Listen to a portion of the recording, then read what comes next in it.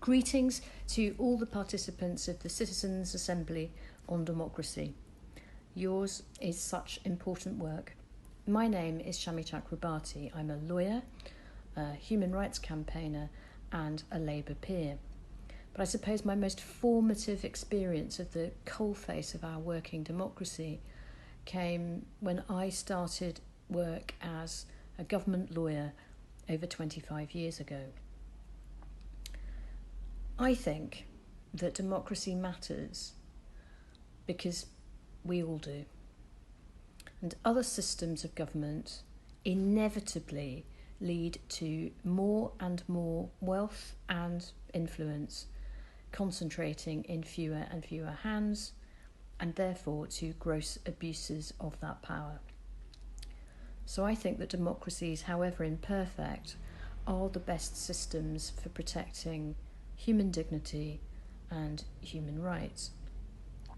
Conversely, fundamental rights and freedoms are a vital protection for preventing today's democracy from descending into tyranny tomorrow. If, for example, a government were to shut down free speech and peaceful dissent, or to begin to interfere with fair elections and so on. But whether or not you agree with me about the vital importance of human rights, I'd like to suggest that there are no human rights, there's no democracy, or even pretty basic civilization without the rule of law. That's what prevents people from raping, robbing, killing, or even cheating and exploiting each other. And that must include law that binds those who govern.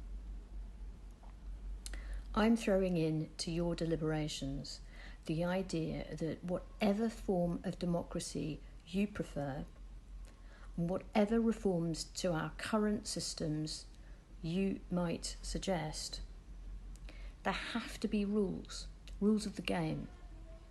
And it's important to think about those rules, how they're to be enforced, who are the referees. So, for example, if government contracts should be awarded in open competition and not as favours to ministers and their friends, how is that ensured?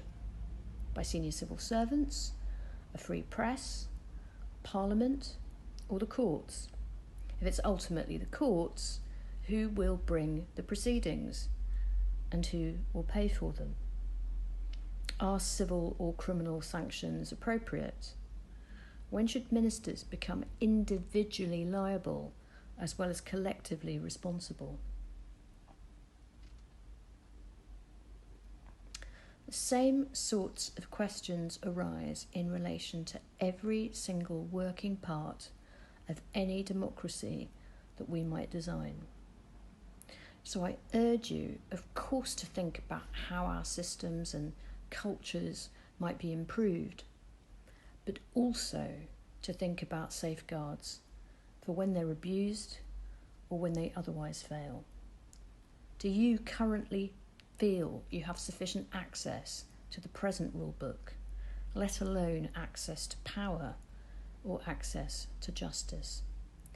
Contrary to what some would suggest, democracy, even in the UK, is still quite young.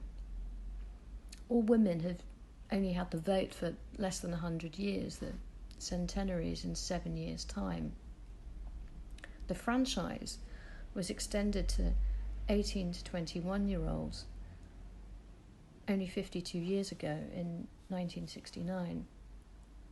So even our imperfect democracy, like all our rights and freedoms, was hard won against considerable resistance at every turn from those who jealously guarded their monopoly of power. I hope you enjoy your deliberations as well as finding them stimulating and worthwhile. And I really look forward to reading and hearing about your results.